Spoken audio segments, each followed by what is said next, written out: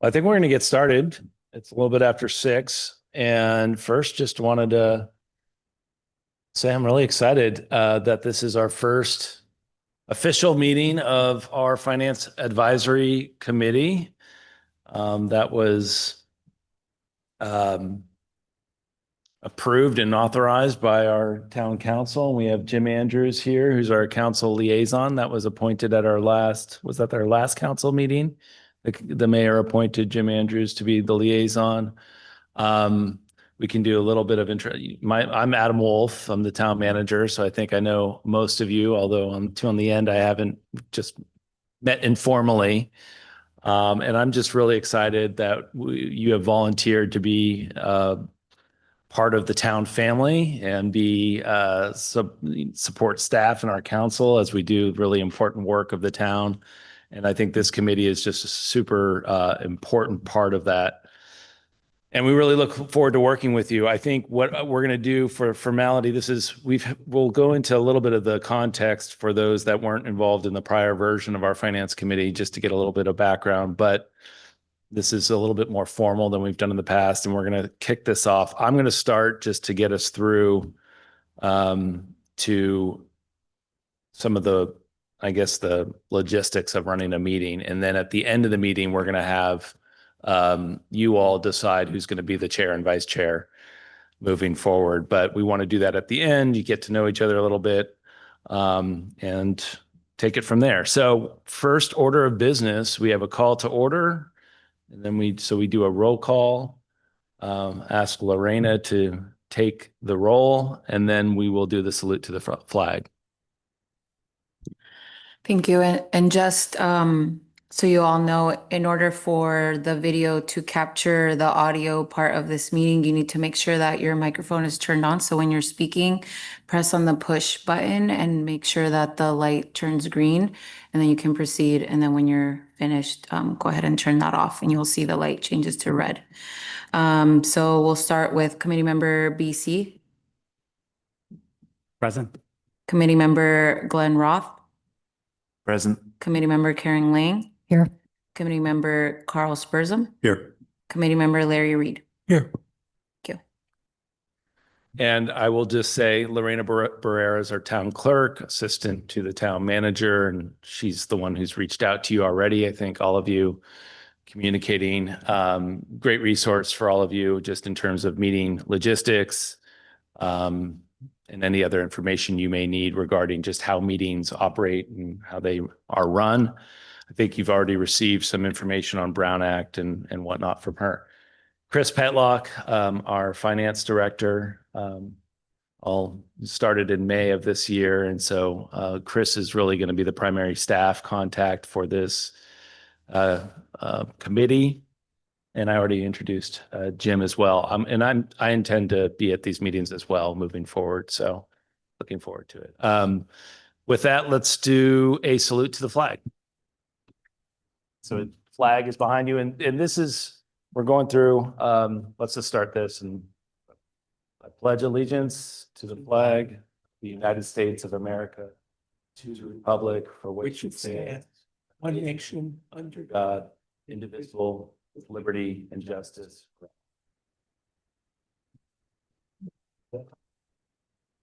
Great.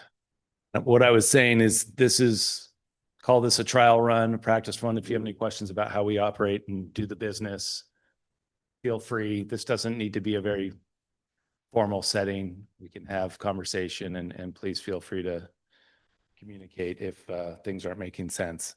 So with that, we wanted to have some committee member introductions. And so I think it would be just great to go down the row here and just introduce yourself to each other and say a little bit about your background and how you came to this committee. That would be great. So I'll start with Larry. There it is. I'm Larry Reed, lived in Corte Madera for 35 years. Used to be a bank treasurer, had 2 companies that I was CFO of, and I retired in 2010 and been involved in the community since then.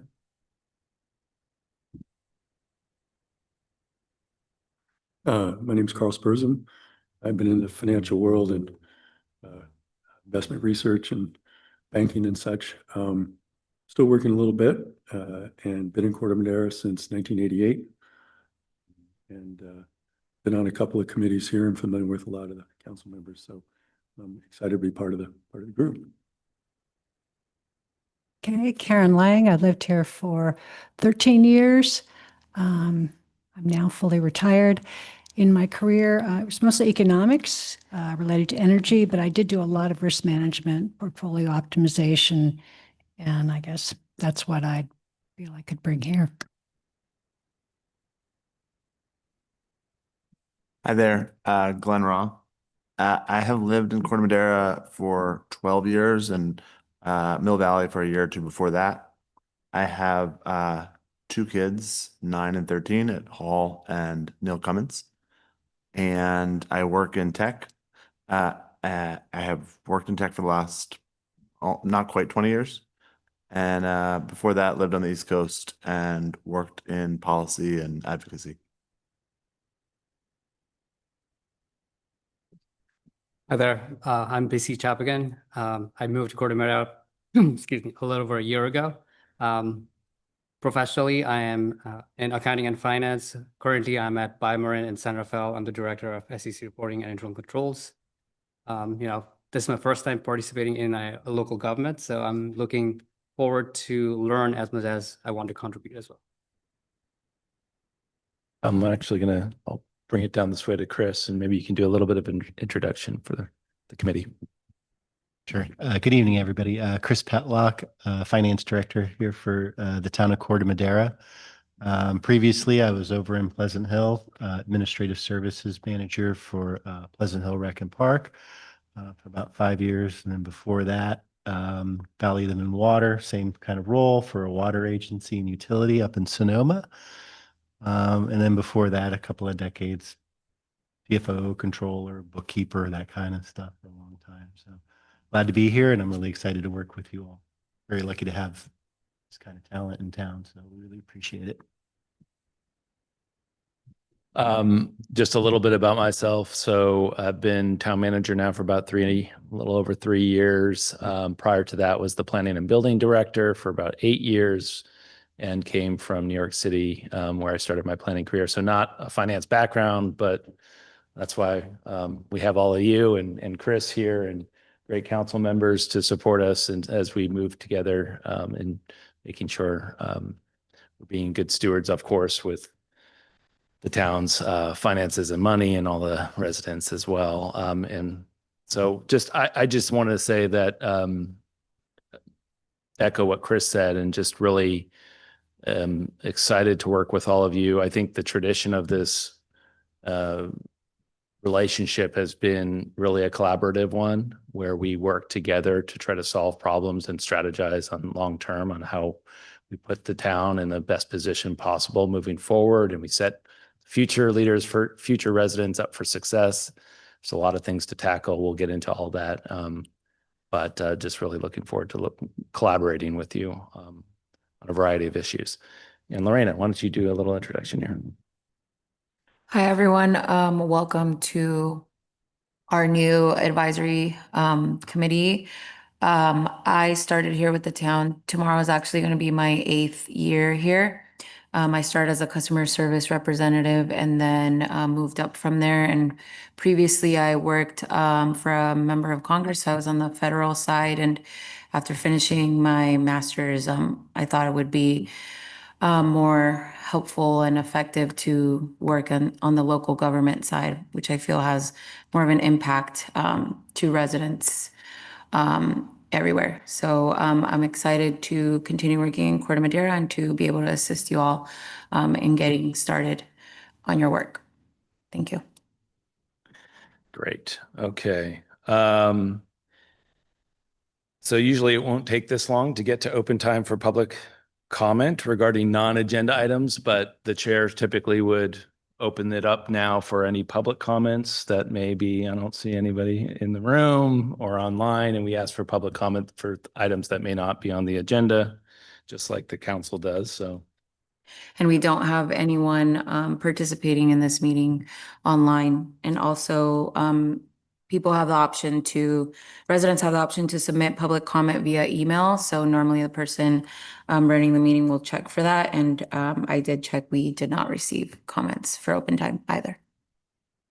And of course, these meetings are recorded and will be uploaded to the town's YouTube channel after the meeting as well. Okay, so no public comments. We're going to move on to general business. And the first order of business is reviewing resolution number 08/2025 and the discussion, recap and discussion of the purpose of this committee. And really, this is an item we just want to make sure that we included at the onset of this committee the resolution that the council passed, which describes the purpose, the membership, staff support, frequency of meetings. See if there are any questions about really what the work of this committee will really do. I think it's an appropriate time to also just discuss how we got here a little bit.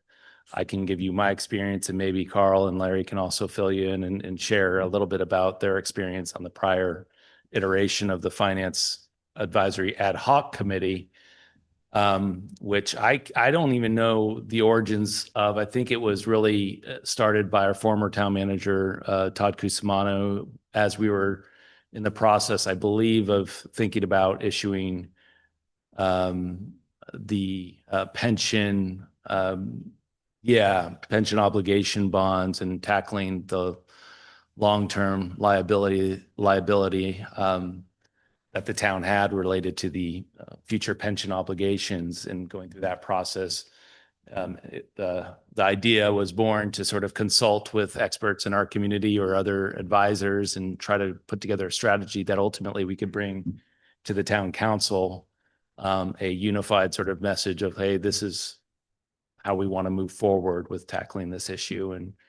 And my experience with the committee has been over the last few years, meeting, I think maybe twice a year, we would have discussions about really longer range forecasting of where trends were going in terms of the town's budget, both, operating and capital budgets, but also consulting an ad hoc committee of just, if we did end a year with unallocated ending balances, how we wanted to invest that money. We would discuss investment policies that the town had. And I think probably there were conversations when we actually developed new investment policies that may have happened before with the finance committee as well. Ultimately, these things end up in the lap of the town council and get really discussed there with staff recommendations. And it's incredibly helpful for us to be reaching out to this body, or the prior iteration, as it were, before going to the town council to say, hey, we have a really a strong idea of where we want to go and what we want to do here. And I think the council has, Jim Andrews was our council member, was a part of those committees, both and was, as a former council member, I think you were on those committees as well, or originally, and then also, yeah.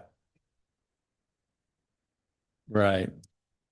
And so those are the types of things I think we will continue to discuss. I know when we went through the sewer rate increase and the discussion around also issuance of certificates of participation to issue some debt there. I think that was maybe a year ago. Actually, it was about a year ago at this time, we were discussing the terms of that deal, and the council had recommended that we discuss that with the ad hoc committee, and so we did, and ultimately it made sense, and it was sort of a presentation at that time, bring that back to the council for approval, and ultimately we went forward with that, which is what you see now. We got the funding to actually build the rehabilitate the Paradise Pump Station, which I think, I don't know if I said we got the funding to rehabilitate the Paradise Pump Station, which is a major sanitary sewer piece of infrastructure, which if you get a chance, I don't know, I know Fernando was giving tours of that, but it's more, it looks something like a little building from the outside, but goes down pretty significantly and is a big piece of infrastructure, about $7-8 million project. So, in general, those, as it outlined in the resolution, really want to consult with this group on matters related to fiscal policy, investment and financing strategies, and anything else that the council would like this committee to really review and consider and make a recommendation on. So other things may come up from time to time. So with that, anything you want to add, either Carl or Larry, to that recap? Okay. Any questions on this purpose of the committee at all? I know you looked at this before, and I'm sure, so not new, but wanted to make sure. Okay. All right. Well, with that, I think this is really an introductory meeting. So we did want to provide an overview, and I'm going to kick it over to Chris to do a overview of the towns. This is general business item letter B. And this is just to sort of provide a baseline of where we are today and give a good solid footing for future conversations. Thank you, Adam. My thought is to just generally orient the committee on a very high level of where the town is and steps, to where we are today before we get into the weeds on anything. I'd be happy to answer any of your questions as we kind of go over the top. But just the first attachment that I provided was just the general fund budget summary. And this is where all of our revenues roll up into. So any one of these line items might have anywhere from 1 to 10 subcategories below it. And just in general, we've budgeted for about $27 million in revenues this year, and a slight increase in the following year. So we've done a 2-year budget that's been adopted by council. And we have every expectation that we'll come back and adjust this as we go along. Same thing on the expense side. We've budgeted about $25 million in expenses for year 1 and $26 million in again, general fund expenses in year 2. And the town is budgeted for surplus. Just as a side note, when we budget, I've always taken the approach of being very conservative on the revenues, and on the expense side, just throwing everything in that we can think of, so that the ending numbers are usually we're under promising and hoping to over deliver on this stuff. So, Chris, is now a good time for questions, or wait? oh yeah, jump in, please. So I appreciate your conservative budgeting. Can you talk a little bit about how you've done your forecasting for revenues and how you do your forecast for expenses? Sure. So any one of those revenue lines might require a different approach. Property taxes, they're usually very predictable. And with the property tax year over year, my experience, I came from Contra Costa County. Previously, we were seeing 5% year over year for the last 7 or 8 years, as I recall. Here we just looked at the history, kind of looked at the reports provided by the county for the various property tax levels. Even though it says property tax there are, I think, 6 different taxes that are collected that we roll up into property tax. Secured property tax, which is the value on a house, is usually pretty predictable. And the county does provide a forecast on that, and I discount that forecast generally. So I think when we put this out at 2.7% overall, And I think, a few weeks later, the county came out and said 3.1% was what they were expecting for us. So we kind of were just a little hair under what they had thought. So some of it is science and some of it's a little bit of art. And we try to be pretty close. Sales tax, we have a consultant, HDL. They provide forecasts, I think out to 5 years, if I'm not mistaken. And then, the other line, same sort of thing. We're looking at history, trends, and then talking through the transit occupancy tax, for example. We've seen that climb year over year, but we also know some of that is going away as some of the hotels, as it now has come out. We kind of had some ideas as we were developing the budget. Some of this could come to fruition. So we built that into this. And so that's generally how we do it on the revenue side. We're looking at history, looking at different sources, and then, somewhere between what history is telling us and how we think and the future might go and come down to that. So that's on the revenue side. On the expense side, it's a little more concrete. Salaries, of course, we know where everybody is today. We have conversations with managers about where people might be in the next year or so, plans for their various departments and their various individuals and the salaries, retirement, and all the things related to labor. It's to the penny pretty much.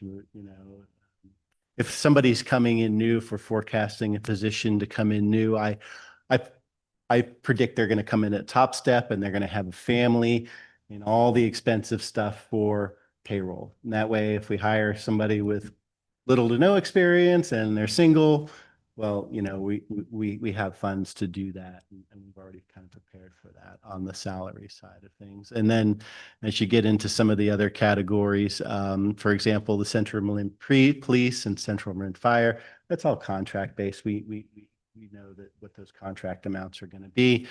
Insurance, we know what that is. We get a pretty good look at that. Usually if maybe a week or two before we come out with budget, but we usually have a pretty good idea. And utilities, we're looking at history. Again, we'll talk to the managers, any big changes coming, kind of thing. Supplies, we're really looking at history. Yeah. What about pension, the unfunded pension? That comes from CalPERS. And so that's stuff that CalPERS has already told us what we're going to pay. We know generally for the next 2 years. Right now, we're waiting for, CalPERS, as I was just discussing with Councilmember Andrews, CalPERS came back with somewhere around 11% return. They'll then build that into their actuarial reports, which we're expecting to come out shortly, and that'll tell us what our next 2 years of obligations will be. So generally, we're being told what that's going to be on the unfunded accrued liability portion, and then they're also telling us what the employer and employee portions will be for the various classes, whether it's a classic, PEPRA, or safety. Thank you. Yeah, you And bet. the other thing is, I guess, nicely, I see reserves built in a few places. Can you tell me how you went about determining the level of appropriate reserves? Well, at this time, the reserves were, these are all reserves that have been approved by council. And I think that the town manager and possibly the council members present could get into that discussion. I Okay. wasn't present for all of Right. that. Just, If you think I think that they are pretty good for right now, but maybe Adam can expand on that a little bit. okay, it certainly doesn't need to be now, but yeah. Sure. But those are all, that gets into what our fiscal policies are. And that is potentially something in the future we can have a discussion on, and how those were arrived at and whether we need to take a fresh look at them, given they haven't been changed, I think, in say Can I pile on with a couple of questions? 6 to 7 years. First of all, in the general fund budget summary, the 25-26 is proposed, but we're well into the fiscal year. Is that not the budget? These have been adopted. These have been adopted. I just need to update the language within these. Okay. But these 25-6 and 26-27, those were both adopted by council. Oh, and 26, 27 as well. Yeah, they've all been adopted. And again, very likely these numbers will change. We'll probably go back in January Mhm. to council and talk about changes in expectations, changes in market, changes in, hopefully CalPERS comes back with a huge discount for us for next year. You know, that would be very nice. And then we'll come to you guys and say, okay, we have this discount. What do you think we should do? Or here's some things we're thinking about, and so on. So we're hoping that this is not, the way I've always kind of thought of a budget is it's not a hitching post, it's a guidepost for us. Mhm. And so hopefully you'll be able to help us with some of that guidance. And then there was one line, the sales tax. It just, you've got it going down by 5% this year and then up by almost 3% next year. Is there something specific, or is just a general economic outlook, or it's something specific that drives that? Well, we're really relying on our consultant HDL for that. And, you know, they're not just providing a top line number, they're providing a lot of underlying details by category, by as much as they can, by sometimes even specific collectors. Some of that's confidential, but we're really relying on them, and we're not messing with their numbers. We're paying them well for that. Yeah, but what it is, I mean, as well as they do these corrections every year as well. And so one of the things that just a straight percentage might, and I think this is what happened, we had a correction in our favor one year that then, you know, the next year it's not that it's dropping necessarily 5%. I think if they corrected it, it was more flat, about 1% down once it was adjusted for the corrections. But you're seeing the actual number being higher because the correction in our favor from a prior year boosted sales tax revenue, and then it drops, but then, you know, back up to around 3% the year after that's more of their projection without any corrections included. Do you want to? Sure. Yeah. And then so does that answer your questions? Would you like to talk a little bit more about how we come to these four? Oh, sure. Go ahead. Chris, yeah, I do have a quick question.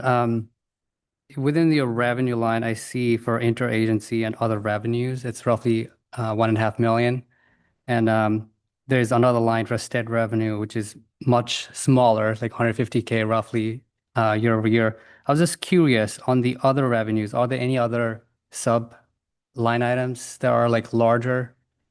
So if you really want to get into the weeds, you can go, and I'll show you where you can find this. This is our full budget document, and I just wanted to provide a high level overview. But you would find a revenue detail page which looks just like this, and then within other revenue, you'll find that there's a lot of little lines in there that would go back to that. And I think one of the things we'll do today is show you where you can access all this information on our website, so you can start digging. And we have now some good tools, I think, as well, that show any member of the public really can get in there and see where we are to date in our expenditures and revenues as well. So, but yeah, that's a good question. And we do have And I guess I'm assuming these are most of the common line items that you normally produce for in your P&L. Yeah, exactly. So, Okay. you know, we try, I'm inheriting the reporting that we're going to provide. And as we go on and council provides direction, or we get some direction from you folks, Okay. you know, we'll amend how the reporting is going to happen, whether it's at a, 30,000 foot level or 500 foot level. It's, and then also, as we get feedback on reporting, we'll change on how we're collecting that information too. Sometimes, we get asked for information we haven't been collecting or segregating out in a way that would be helpful. So. Got it. Thank you.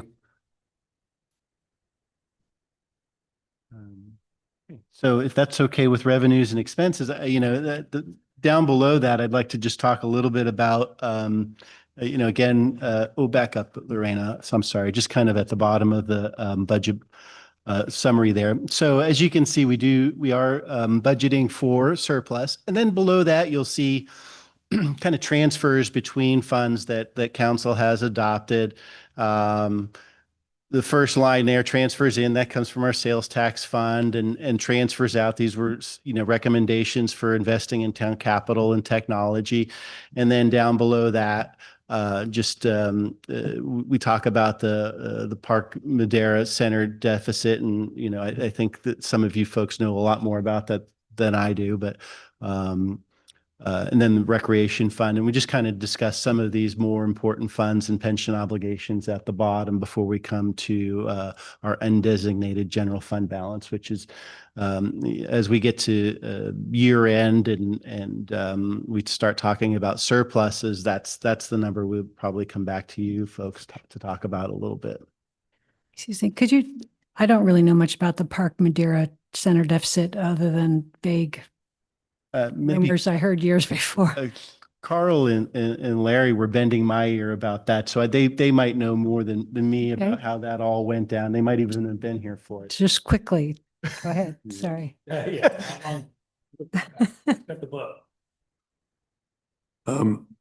Okay, what's the date? I mean, like, when was it, 2012 or Wasn't it? 2007 it may have been.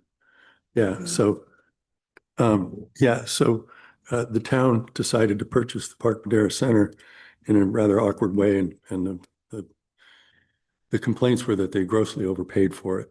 There's a lot of story behind it. I won't get into it, but the town ended up paying about $10 million for it, but they didn't have the money.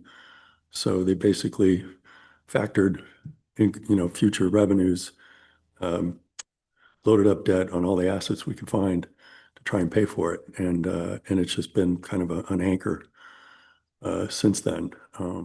Efforts to redo it have been struggling. You got a gas station on it. Removing tanks is kind of a problem. A lot of stuff. So the town's done its best to improve on it, to bring it up to snuff, get good tenants in there. But it hasn't been a lot of turnover, but it is turning a bit. It is cash positive now. But we've been lugging a big chunk of debt on this for quite some time. So exactly, is that Verides or is that the gas station and pet store? It's Verde is part of it. Is it Verde's? Yeah, Yeah. it's So yeah, it's the pet club and then that older building, the gas station. I think is that the gist of it, Jim? Do you remember? Jim? say that again. Oh, Okay, okay. What? But yeah, I believe it includes the gas station. Oh, yeah, it includes the Yeah, gas the whole station, the piece, building yeah. behind it. So yeah, it's I mean, right to my- right now, the debt is slowly decreasing because it is cash positive. There was a refinancing effort as well in about 2016 or 17 to take advantage of the lower interest rates at that time, which was helpful. And I think the debt, I don't know if it was in the actual one of the documents that we had in terms of lay out the different debt obligations that we have in here. Not in the budget. I thought you had it in a within the- separate. No, I didn't include that. That property is cash positive. The balance that you see there, that 637, 581 is pretty close to the balance on the debt at the end of last year. Okay, and essentially it runs through, I think it's 20, I want to say 2037 or something. I forget it. Yeah.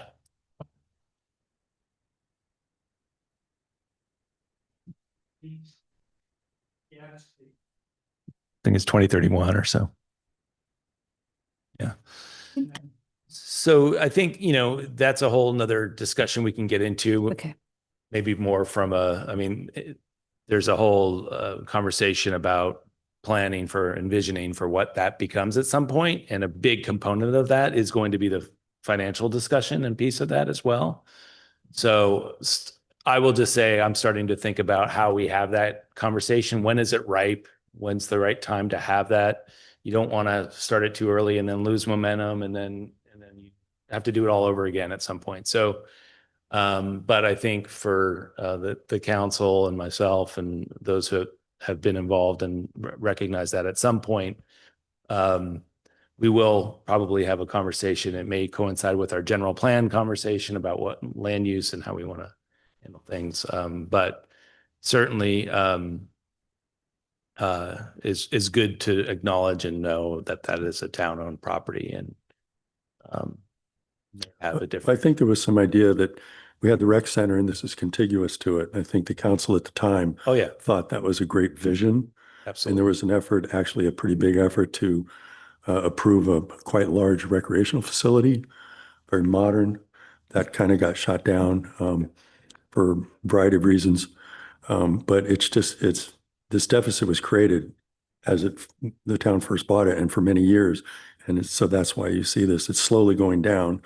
It is positive cash flow, but this is a deficit that's, we've been working on ever since. Yeah.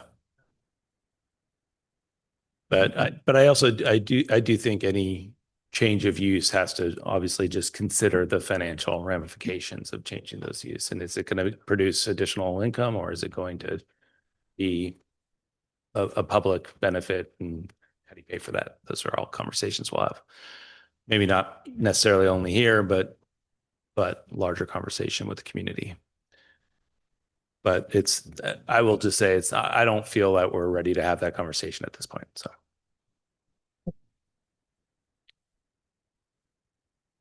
So that's the overview I had for the general fund. If there's no more questions, then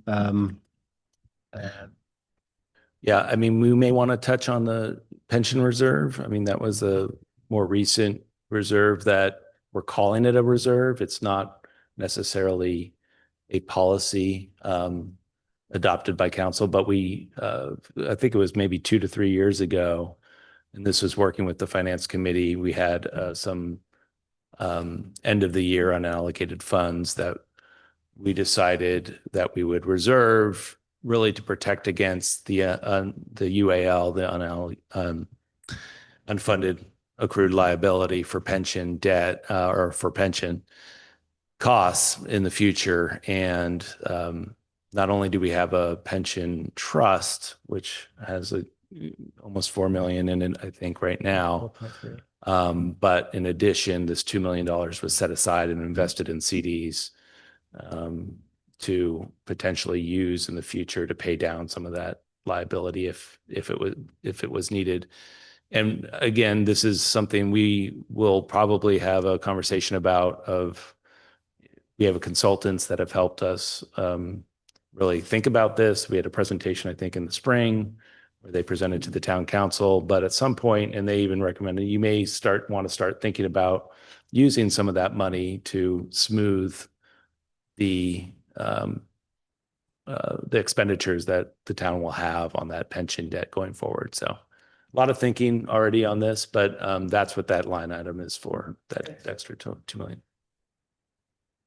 So my understanding is that the 3.65 million, it has to go to a pension obligation. The 2 million is really just a Correct. reserve that you could reallocate at some other time if you so chose. That's Yes. correct. that is correct. Yeah. Real quick, another question. So you said there was a consultant looking at the pension obligations, but has there been any study in terms of the range of fluctuations that you might see in the future and really what kind of reserves might be needed? Most of that is dependent on the returns that CalPERS gets and their target rate. They've Right. been changing that target rate since I've been in public service, and it is and they've changed the amortization Right. period for that, which is really where a lot of this run up in the unfunded accrued liability has come from, when they've changed it from a 30-year to a 20-year, and then I think from a 30-year to a 15-year for safety, which has just exploded everybody's budget. That's really what it's come down to. And then these target rates, which again, this last year, they had a banner year where that was followed by some very dismal years on returns. So I don't know if there's any real value in asking somebody to help predict that kind of mess, but certainly open to hearing about those It things. just, in experience, definitely dealing with commodity markets, you would have to prepare in essence for costs for that. And it's not like you have a historical trend line. You do a lot of what ifs. What's the worst? And you're never going to get the worst, but you try and think of it. So I think there are some rough means of trying to think about what reserves might be appropriate if you're looking at, say, a 5-year outlook or something like that. I'm just not getting any sense of how adequate what is the reserve adequate for? Let me put it this way. Yeah. It seems relative, it seems great relative to the debt that's shown or the expenses that are shown relative to the pension, but I don't have a real feel for it given, what if the market crashes? What if this happens? What if they change the assumptions, et cetera? So I don't know that. Well, certainly we Just a can question. provide some of that information. CalPERS puts out some pretty exhaustive reporting on what things look like today. They have their own finance committees and their own boards, and generally that's where some of these larger assumptions are changed, like the amortization periods and those kinds of things. But yeah. Well, I would just say, that's something that also we can probably tap our consultants to help us forecast and try to put into different modeling, different rates of return or whatever we think CalPERS might do and do a worst case scenario or whatnot. So that maybe before we do like the next scope with them of what sort of information we want them to come back with, we can work with them on some of that. Yeah. Right. And have them define exactly how they're doing it now. Right.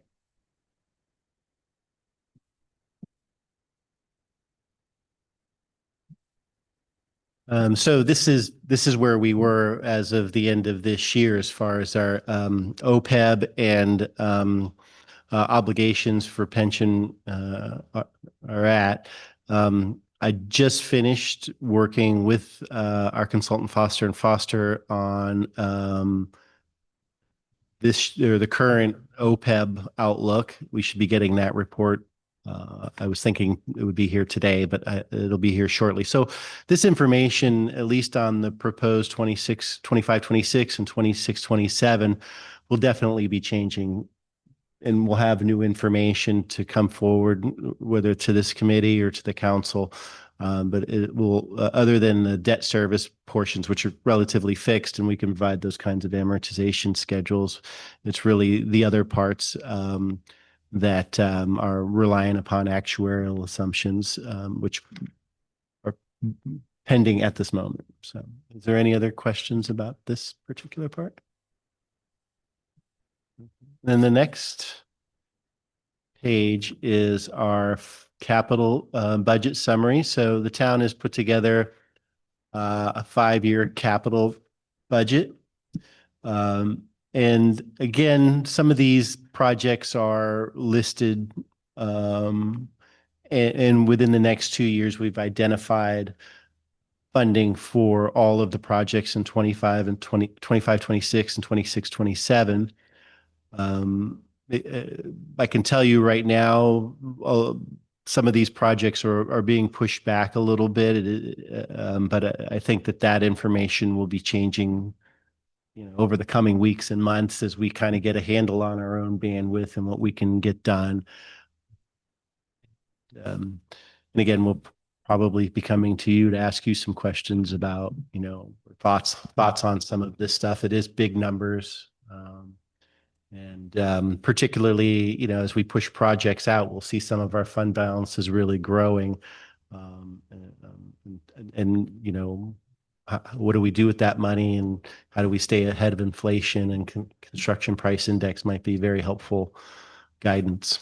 And I would just note here, one of the things we've talked about with the town council is once you start looking further out, the really big infrastructure projects, the costs are on these climate adaptation side of things, where we're trying to budget or at least think about what it might look like to fund a new flood berm or enhancement project out on the bay, Likewise, we have a significant project at the lower part of Christmas Tree Hill, which involves undergrounding and widening streets and so on and so forth, which are big numbers. And if you look out, start looking out at the years, beyond 26, 27, and let's just say that all these projects are ones we want to get done, you start to see that we haven't identified all the funding for all of those projects at this point in time. That's not to say additional funding couldn't be allocated from the town. We have a capital project fund that I believe was funded this last year, about $1 million, or actually in 25, 26. But those are decisions that haven't necessarily been made at this point. And so it's just showing there's a huge need, and this goes beyond. I mean, we could do a whole presentation on just the infrastructure needs of the town. A lot of it having to deal with pump stations and the fact that this town was half built in the marsh and is, infrastructure. It costs a lot of money to keep up that infrastructure. So, and then on top of that, some of the potential flooding issues that we may see in the future. Obviously, our first goal with some of that is to look for grant funding and try to tap into regional resources as those things we're not the only ones dealing with that, and it's going to there's some big numbers that are going to be associated with those projects, and we'll just staying on top of making sure we're first or close as we can to be first in line for some of that when it becomes available, by doing advanced planning work and whatnot. So a lot of our strategies are to fund design, engineering, permitting, get sort of a shovel-ready project, and then look for the money once, because we think it will come, and that's been very successful in a lot of our transportation infrastructure projects to this point. And for the Menke Park project, you show $410,000. I assume that's net of the foundation's commitment. I believe it's so the way that the way this works. Generally, we're putting the project value up there, and then down below in the blue section, kind of towards the bottom, we're putting in where we think we're going to get funding from. Oh, okay. Yeah. Okay. So you see one-time grant donation funds. It's included in that 1.465 million is the foundation. Got it, So got the 410 is the total all in. Project value, what we think engineer estimate or whatever we might have, that's the project value. And then down below, without getting too busy, there are other ways to display this. No, that's clear. Okay, good.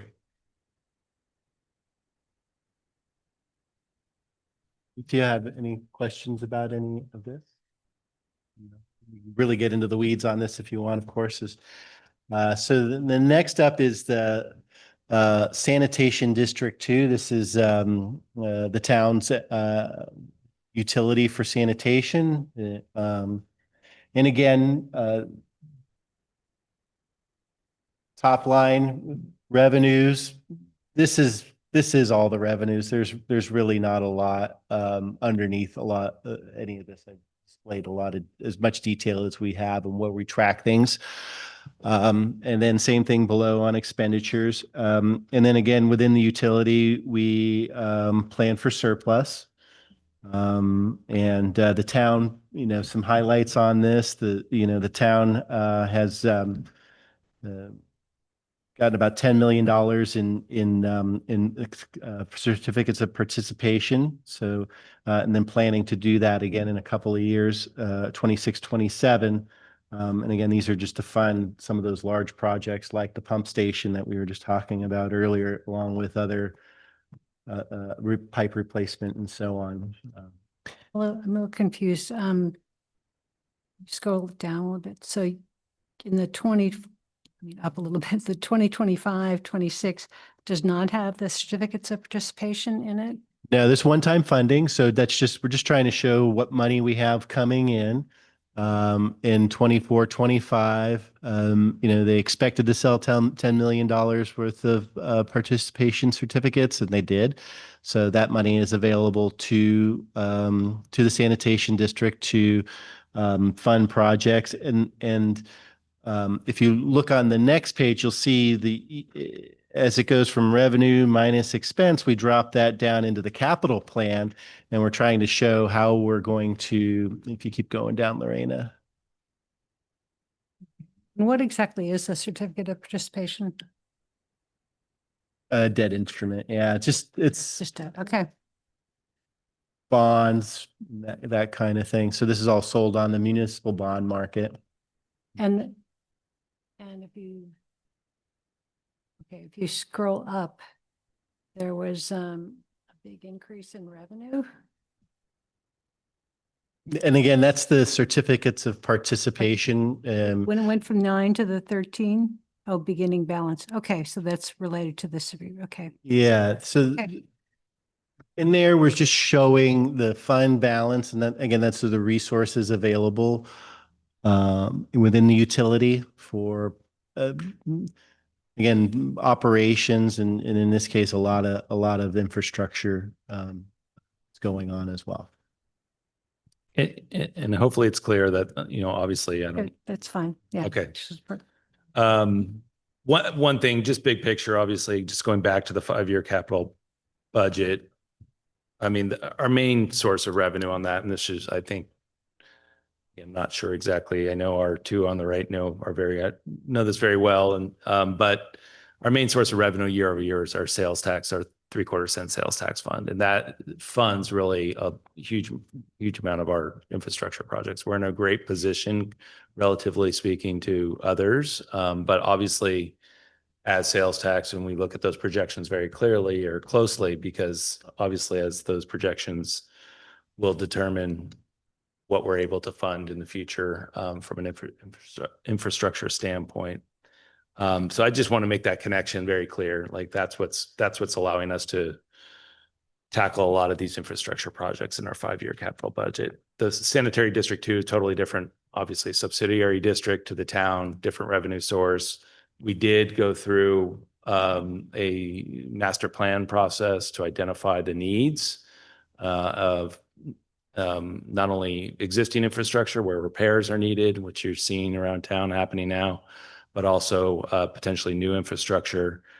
And that coincided with a rate increase, a 5-year rate increase. So you're seeing that gradually increase over the next 5 years, which comes from the ratepayers, all of the residents in this area. It also expands into Tiburon and portions of the Greenbrae Boardwalk and elsewhere.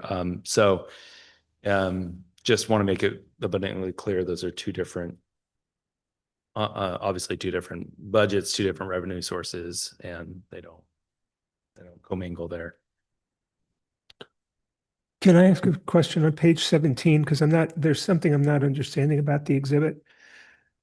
I mean, when I look at it, I would think that for, at the bottom, you've got surplus deficit and then the fund balance after operation. So we ended last year 19,760,000, and then we're supposed to have a surplus of 600,000 this year, but the fund balance drops. So that's not working the way I would have. Maybe I can show right here. So these fund balances, the scroll all the way down. So right here, go down a little further. That drops here into our capital plan. Here, these are capital projects. Sorry about that. Thank you so much, Jim. Revenue, so beginning fund balance, revenues come in, maintenance expenses, and those kinds of things happen. We end up with this at the end of the year. Then we do these capital projects, and this is really where we think our fund balance is going to end at the beginning of that year. And then if you go all the way back to the top, take this 13 million, throw it right up in here, revenues come in. I see. Okay. All the way down here to the bottom. And in my mind, the utilities really, this kind of utility is really focused on capital and infrastructure. There's some maintenance that's going on here, but you can see this is really about whatever we have left over, making its way into maintaining capital, redoing capital, and that kind of thing. We do have these certificates of participation that are really funding a lot of this. But generally a utility, they've got to make it on whatever rates they get. And so the way I see it, it just kind of has to flow through that way and keep a very close eye on your capital projects so you don't end up in over your head. Yeah, it just didn't all fit on one page, which is why I missed that. Thank you. Quick question. You mentioned the property taxes are pretty consistent and pretty reliable. What about the sales tax? How much volatility do you see? Obviously, we don't see much historical here. So any sense of like shifts that you see there?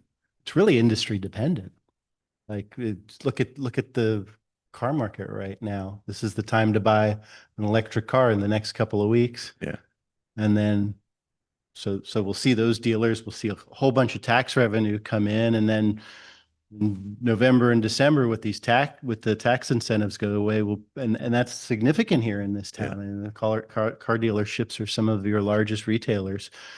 And so Adam probably can Yeah, speak a I little mean, more. obviously the biggest shift was obviously when COVID, Yeah. obviously, but I would just say comparatively speaking, we're more,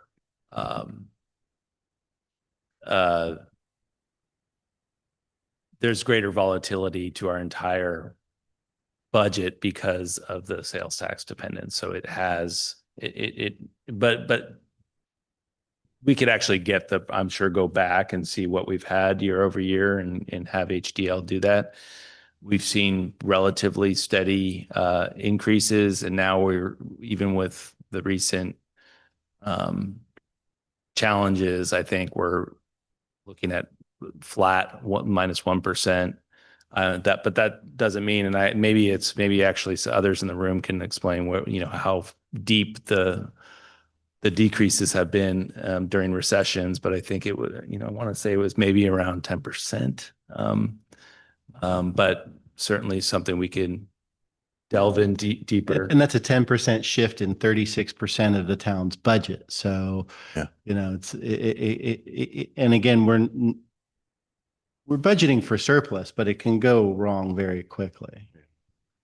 I was around and sales back to the property tax, post 2010, a lot of towns and a lot of municipalities saw the auditor controllers come in and reassess values across the board in counties, which towns and districts are all really relying upon. And there's no control over that kind of thing when they come in and they reassess home values and knock 20 or 30% out of, home values, which then just drops down into the taxes collected. So it is very steady, but it's not bulletproof by any stretch.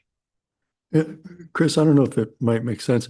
Back to the sanitation, the certificates of participation, people may be aware, Corte Madera's sewer tax for folks was extremely low for a very, very long time. Still the lowest. It's still the lowest. Very low. So this was a long discussion we had before about, do we just shoot the rates up? I mean, we're like 30% of what some other towns pay.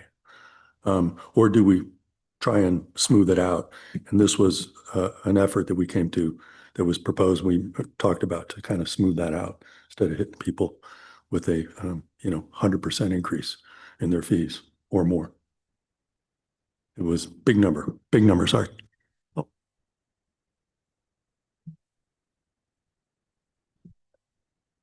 And there'll be plenty of chances to ask more questions. Don't feel like this is it, but if you have questions or you think of something later, feel free, please.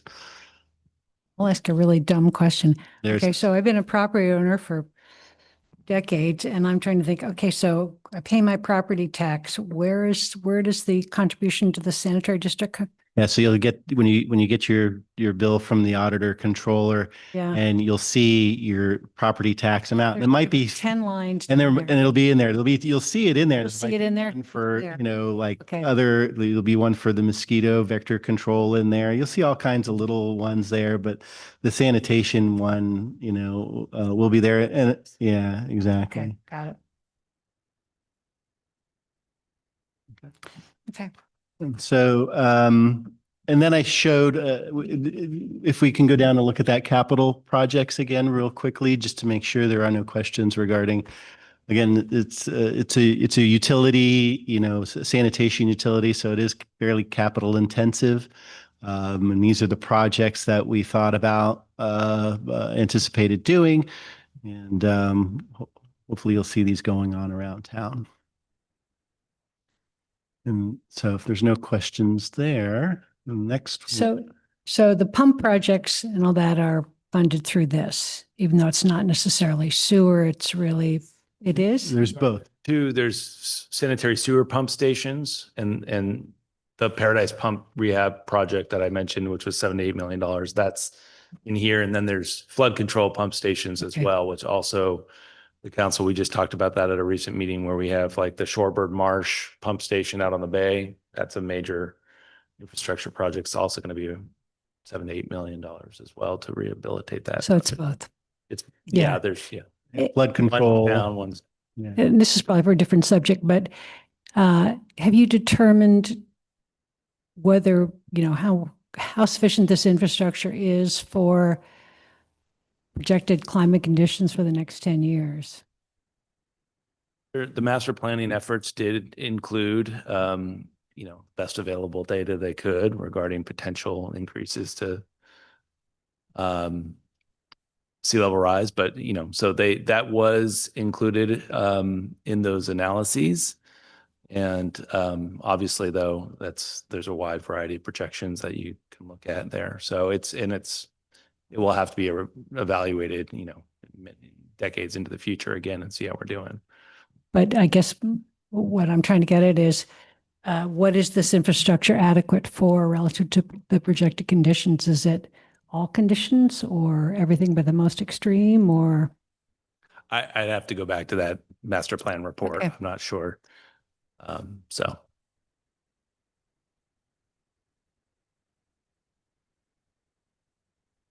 Lorraine, if you wouldn't mind, we'll go on to the treasurer's report. And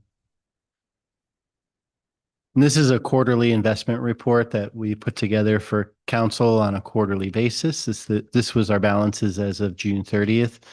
And where we stood today is not a lot far off from that. We have been putting some money out for some capital that's been going on, and just got an invoice for a Vector truck today. So there are some changes, but we'll put out another quarterly report as of September 30th.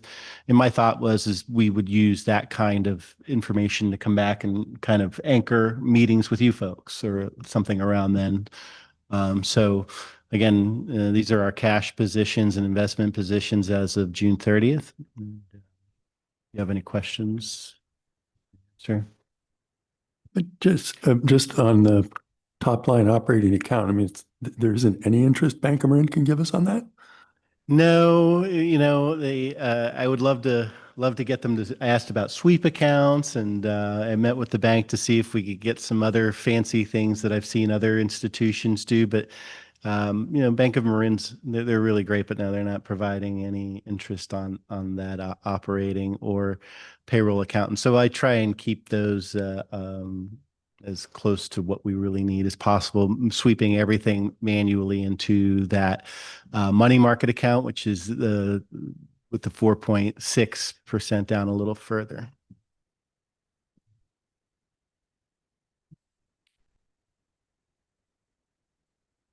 And then after that, I provided just some town adopted policies. So the investment policy that the town has adopted, and generally these follow state law. As far as investments go, the first thing is safety. Second is liquidity, making sure we can get money out, and then third is yield. So we're always looking to make sure safe, safe, safe. You can see the town has its money in 4 or 5 places. I would love if we could put 7 or 8 places there because, as we all know, things get hacked, institutions get shut down, that kind of thing. And even though we might be in line to get our money, we might be waiting a while. So it's, in my opinion, it's always better to just kind of have it in more places. So anyway, that's the investment policy. If you have any questions about that, I'd be glad to field them. And then I provided a debt management policy, which was adopted back in 2017. And that just really talks about when the town is going to take debt. And I provided a little bit of background. I believe it predates all of us. So I just wanted to provide you with a little bit of information on debt policy. And then George Warman was the author of that, who, just to note. And so George was our town's finance director for over 40 years prior to that. he's got a platform. Yes, absolutely. On the flags. So. And a lot of that is built upon state law and state policy. And then I provided also the reserve policies. I think there was a question about reserves. And so both for the town of Corte Madera and for the sanitation district too, just so you can understand why those are there. And I'd be glad to field any questions on any of that. With that, that's all I have for kind of an orientation to where the town is. And again, I'd be glad to get into more detail if you'd like. Right? Good. Okay, well, I think we've reached the point of the agenda where, oh yeah, you were going to do a verbal report on the website. Yeah. Just do a little tour of it so get acquainted with it. Awesome, thank you. So Lorena really does all the work on the website as far as I know. And so this page, I think, will have a lot of the information. If you're up late at night and having trouble sleeping, you can come here and find out all about us. And it just kind of talks at a very high level. If you scroll down a little further, there's some other links there that there's our town audit and SD2 sanitation district 2 audit. More detailed budget. So the budget book will, kind of really provide a lot of additional information. The financial transparency portal, could you click on that for us, Lorena? That one there. And scroll down a little bit, and here you'll find information. This is linked to our financial software.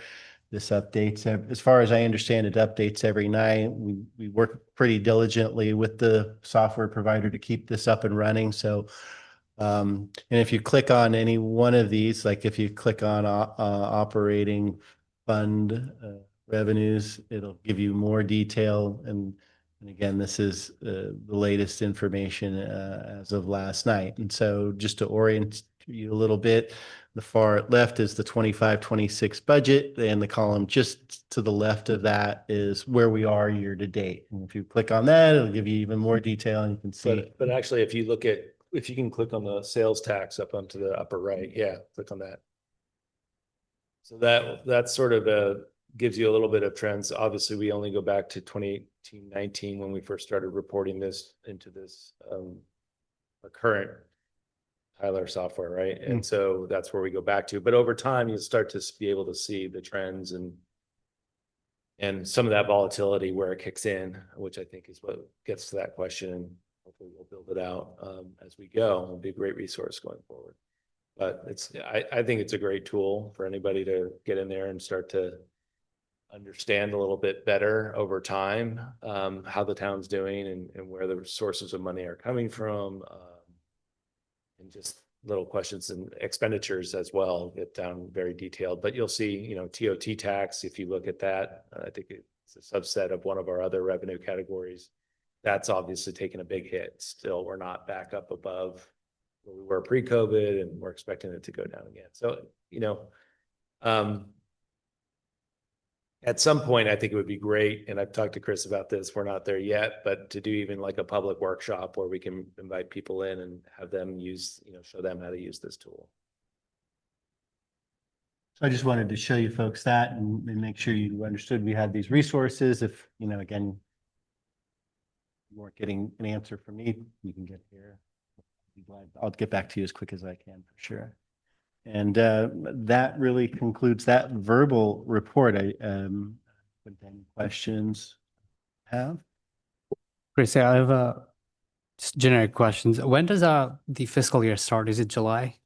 Yeah, so July 1 to June 30th. And so I'm kind of wrapping up. I just started in May, so I was a little behind the eight ball. I think we went out for a few months. And so we should have preliminaries will go to council at their next meeting. So that'll be kind of the first look at the year end. It's what I did at this point. I just got to finish up all my general ledger analysis and the government GASB stuff has to be kind of wrapped up, and we're already working with our auditors, getting information to them. So Got it. Okay. I was actually about to ask about the audited financial statements. Like, how often are they audited? Is it like annually, or yeah, is so it every frequent? every year, both the sanitation district and the town fire authority, which I'm responsible for here too.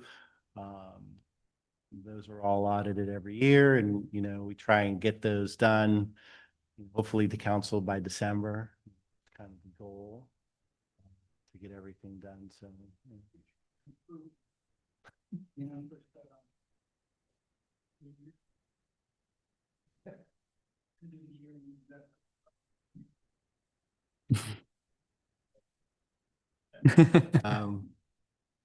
So the challenge is anybody that works in financial services. When I was going to school and getting my degrees in accounting, those were the easiest classes to take. Nobody took them. So, and now, we struggle to hire people, qualified people. I think for the last 10 years, I've been training people to do accounting and finance. And generally that includes my auditors when they come in. I'm usually showing them around. So, it's, but yeah, it ends on June 30th, and we're working really hard right now to get that get the year closed and catch up on anything that was left out there, and those audited should come out November, December. Got it. Okay. That's helpful. Thank you.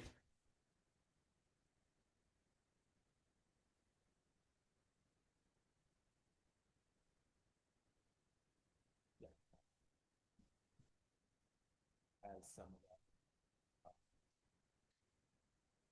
But I think Amy, we also have our community development director does post the sales tax reports.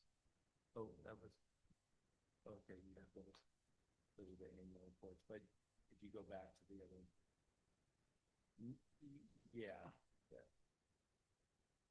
there's some of that information is posted. The other ones were the OPEB reports, and you can see the balances. We try to get that up on the website as well. So just some additional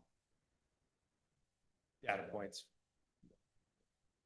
And these OPEB, just so you're aware, these are done every couple of years. We don't do it every year. It's usually in line with when CalPERS comes out, and right around the time CalPERS is going to do their biannual actuarial reporting. So you'll find 2 years worth of information here, and then I should be getting this report anytime, and we'll post this OPEB report, other post-employment benefit report.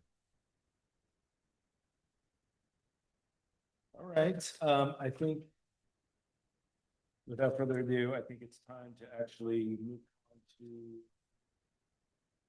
the discussion of procedures, governance, selection of committee chair and vice chair. Sorry, that one, my mic wasn't on there. So we're happy to go straight into the organization and let the committee nominate a chair and a vice chair. And maybe Lorena, if you can help me with anything else from the orderly procedures and governance. I mean, I will say generally, I view we're likely going to be having this is an advisory committee, so we're likely going to be having more conversations about various different topics, sort of like we're doing now, but over maybe more specific topics that may come up from time to time, as I mentioned earlier. So there also may be times in which we are actually, and the council really is requesting that there's a specific recommendation coming from this committee. And in those instances, there will be essentially like a motion or a vote to make a certain recommendation to the council, which then we can bring to the council, obviously, with that the committee's recommendation for consideration as part of a staff report that we would bring on a particular topic. I don't have a great example in front of me right now, but it may be, for example, a recommendation on how to draw down from I'm thinking of the pension trust, for example, in some future where we'd come to this committee and we say, hey, staff's looking for some feedback here. Here's what we're thinking. Here's why. We've got a consultant, maybe giving a presentation to help us. And then we're looking for, I think it would be great if the council could then have this group provide that recommendation or some sort of direction so that when it gets to the council's really feels good that this has been vetted. And this is how we use our other commissions and committees as well. They can take in that consideration, and then ultimately the council decides, how to, whether or not to draw down on the pension trust, or for example. And so those are the instances where there will be sort of the governance structure, which I believe we're using. I always get confused between the Rosenberg's rules. And so that's just a parliamentary procedures. You've seen it before, I'm sure, many times. I don't think it's going to get super complicated, but there are procedures, and we have, I think, the document that we can, if we haven't done that already, we can certainly provide that to this committee. Secondly, there is the Brown Act this is a Brown Act body, so just be aware of that if you have questions about that. But really, that just means that any meetings of this committee, it involves essentially, there's 3 of you in a room, that's a meeting, and so really the discussions, it's just a transparency law that we want to have all these conversations and any decisions or recommendations made by this committee out and open in the public, and it's transparent and people can view it on the screen and come and comment on it and all those good things that we do. So just be aware of that. If you have any questions on that, Lorena is a great resource for you there. Any other things that I'm missing, or should we just, I think those are the big ones. You have any questions about any of this, please reach out. We're here for you and to help this run smoothly. So with that, I think we'll start by, I'll sort of be acting as the chair for the time being, but we're going to essentially, what I'm going to ask for is a nomination of a committee chair and vice chair at this moment, and leave it to somebody up here to make a nomination. You're going to nominate Carl for chair, and I think and then do we have a second? Do we have a second for that motion? Motion by Lang. Well, Carl would need to accept. Oh, I accept. Thank you. seconded by Karen. Okay. So then we can take a vote on that since we had a motion, a second, and the nominee accepted. All in favor, say aye. Anyone abstained? No. Motion carries. So Carl, you will be the new chair for the committee. You'll get the gavel and you can do that. And just so everyone knows, typically this happens every first meeting in the fiscal year after July, right? So that's generally the schedule where so we'll talk next about, it's the first meeting after July 1 of each year. Yeah. there'll be another call for, chair. And so now we're on to vice chair, and Carl, I'll give this one to you. You can ask if anybody has now that you're chair. Well, I nominate Larry for some consistency, but I'll go with Larry. You're going to nominate. And I'll consistently second that, yeah. Okay, and Larry, do you accept? Okay, so all in favor? Or we can have Carl, you would ask for the vote since if you want to practice. Vote on the vice chair. All in favor? Aye. Any opposed? Okay, thank you. That motion carries. Congratulations, you're the vice chair. So we will rearrange the seating for the next meeting. We typically have chair and then vice chair on the left side of the dais, or of the chair at the dais. All right. And then the next item, which the chair can call, but it's item E, which is really just trying to establish some meeting dates and times. And if you can turn it over, Chris and I have some suggestions on that, if that's okay. Yes, please. Thank you. All right. So really, since this is the first meeting, we want to establish a regular schedule. I think that's best for everybody, just to have a regular time and put it in their calendars. I think Chris and I have been talking about that. We think it makes sense to try to at least schedule meetings on a quarterly basis. So it sort of times with that regular rhythm of statements and whatnot. But to report on each of the quarters, I think we're thinking it would be, for example, what we're closing September 30th. Yeah. So, yeah, so we, last day is September 30th, by the time we get the bank rec stuff.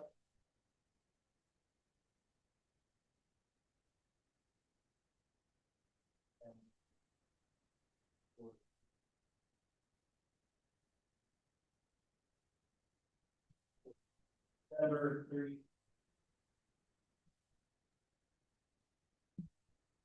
Yeah. Closed.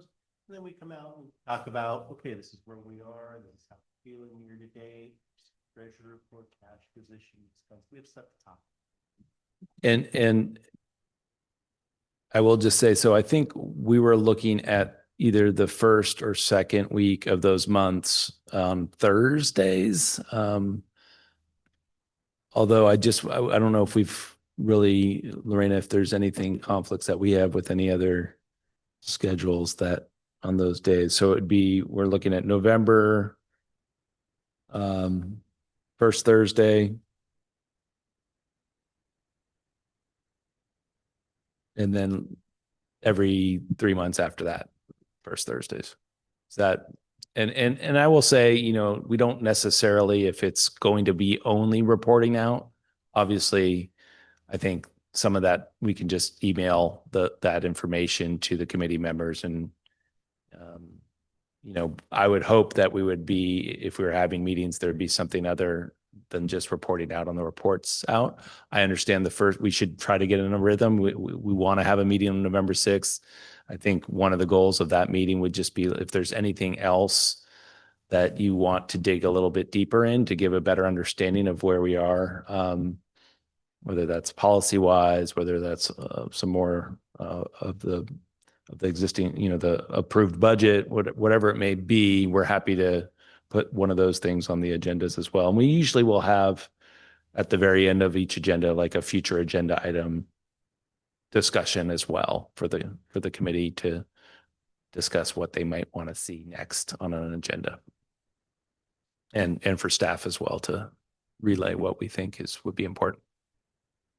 Just one other thing I wanted to talk about was, so I think council would like us to develop a 5-year projection. And I think, having other folks kind of help us think about some of those out years. I think some of those questions that come up, I think it would be really helpful for the 5 of you to help us think about things that maybe we're not thinking of.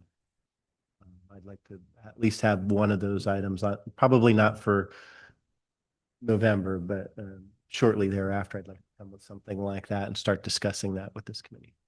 I agree with that. I am a fan of 10-year projections, not that we're going to get 2035 right, but to see trends that, put up red flags about what the future may hold. Now I'm not doing the work, so that's just my opinion, but at least 5, that's for sure.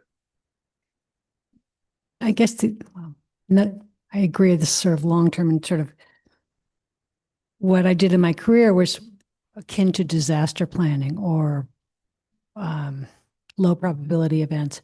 Just where would we stand fiscally if, we had a large fire or a large flood, and what would happen, just to see.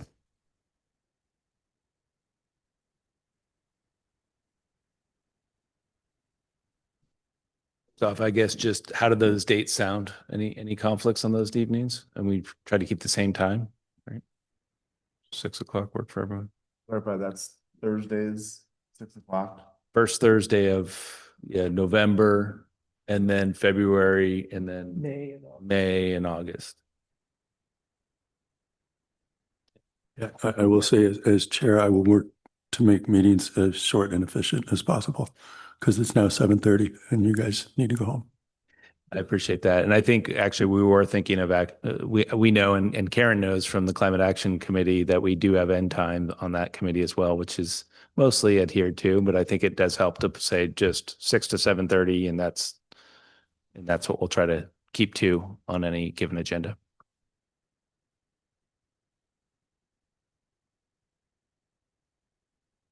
Sunny, for our first attempt here, not so bad, right? That was very helpful. Thank you. Chris, thanks for your work.